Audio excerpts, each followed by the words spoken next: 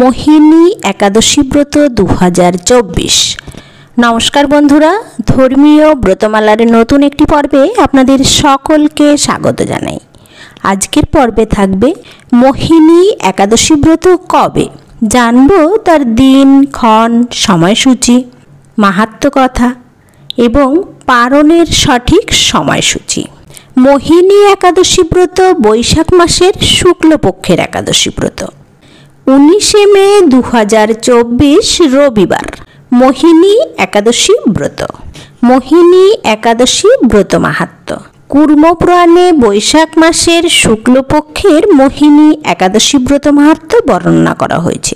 মহারাজ যুধিষ্ঠির বললেন, হে জনার্দন, বৈশাখ শুক্লপক্ষিয়া একাদশীর কি নাম, কি ফল, কি বিধি, এ সকল কথা আমার নিকট বর্ণনা করুন।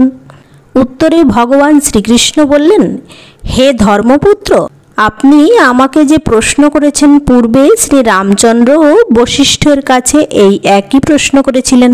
তিনি জিজ্ঞাসা করেছিলেন, হে মুনিবর, আমি জনকনন্দিনী সীতার বিরহজনিত কারণে বহু দুঃখ পাচ্ছি, তাই একটি উত্তম ব্রতের কথা আমাকে বলুন, যার দ্বারা সর্বপাপ ক্ষয় হয় এবং সর্বদুঃখ বিনষ্ট হয়।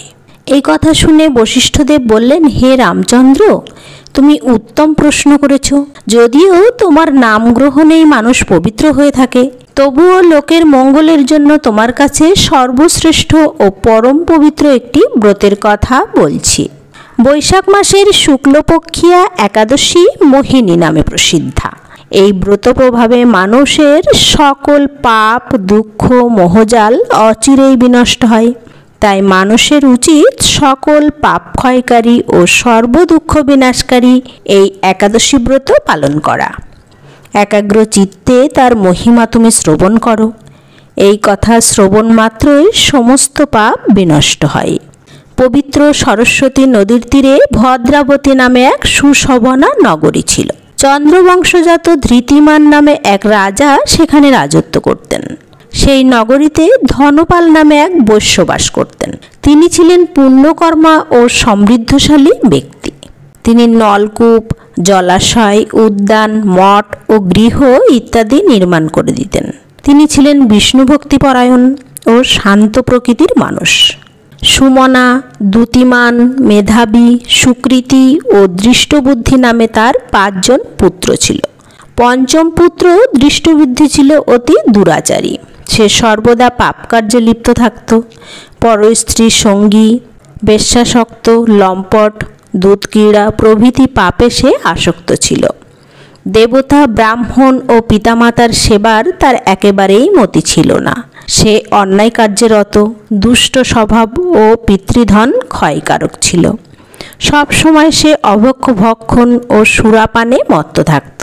পিতা ধনপাল একদিন পথে চলছিলেন। হঠাৎ তিনি দেখতে পেলেন দৃষ্টবুদ্ধি এক বেশ্যার গলায় হাত রেখে নিঃসংকোচে ঘুরে বেড়াচ্ছে। তার নির্লজ্জ পুত্রকে এভাবে চৌরাস্তায় ভ্রমণ করতে দেখে তিনি অত্যন্ত মর্মাহত হলেন।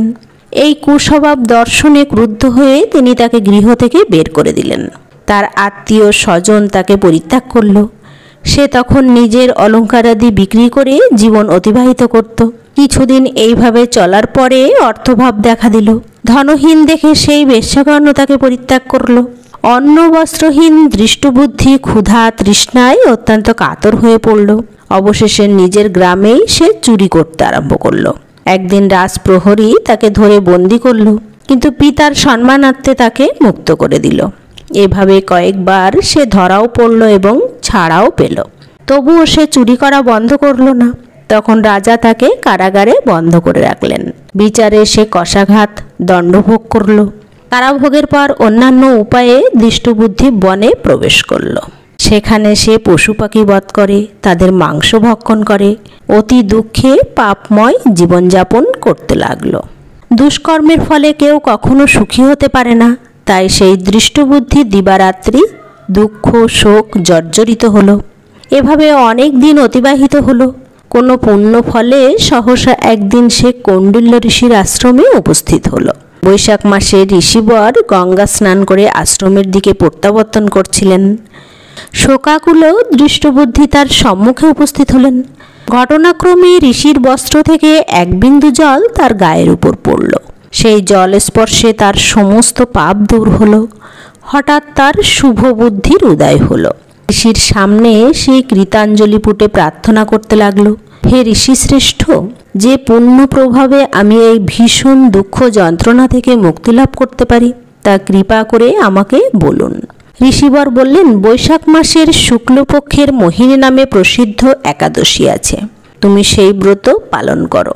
এই ব্রতের ফলে মানুষের বহু জন্মার্জিত পাপ, পর্বত পরিমাণ পাপ রাশিও ক্ষয় হয়। মহামুনি বশিষ্ঠ বললেন, কৌণ্ডল ঋষির উপদেশ শ্রবণে প্রসন্ন চিত্তে দৃষ্টবুদ্ধি সেই ব্রত পালন করল। হে মহারাজ, এই ব্রত পালনে সে নিষ্পাপ হল, দিব্য দেহ লাভ করল। অবশেষে গরুড়ে আরোহণ করে সকল প্রকার উপদ্রবহীন ভাবে বৈকুণ্ঠ গমন করল। হে রাজন, ত্রিলোকে মোহিনী ব্রত থেকে আর শ্রেষ্ঠ ব্রত নাই।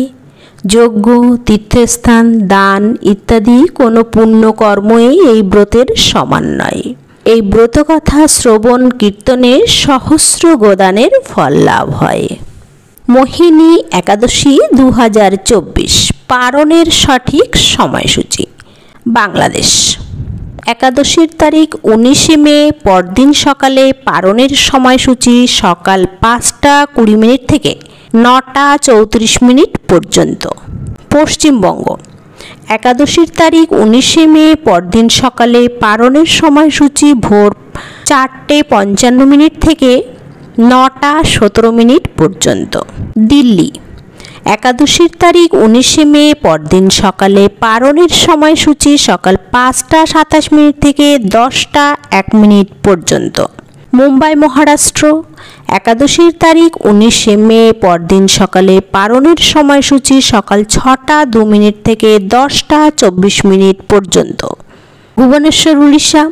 একাদশীর তারিখ 19 মে, পরদিন সকালে। পারণের সময়সূচি সকাল 5টা 8 মিনিট থেকে সকাল 9টা 31 মিনিট পর্যন্ত। বিহার।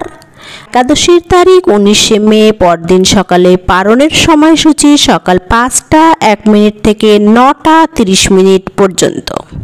একাদশীর পারণ মন্ত্র। একাদশং নিরাহার ব্রত নানেন কেশব, প্রসীদ সমুখনাথ জ্ঞান দৃষ্টি প্রদাভব। হরে কৃষ্ণ। নমস্কার।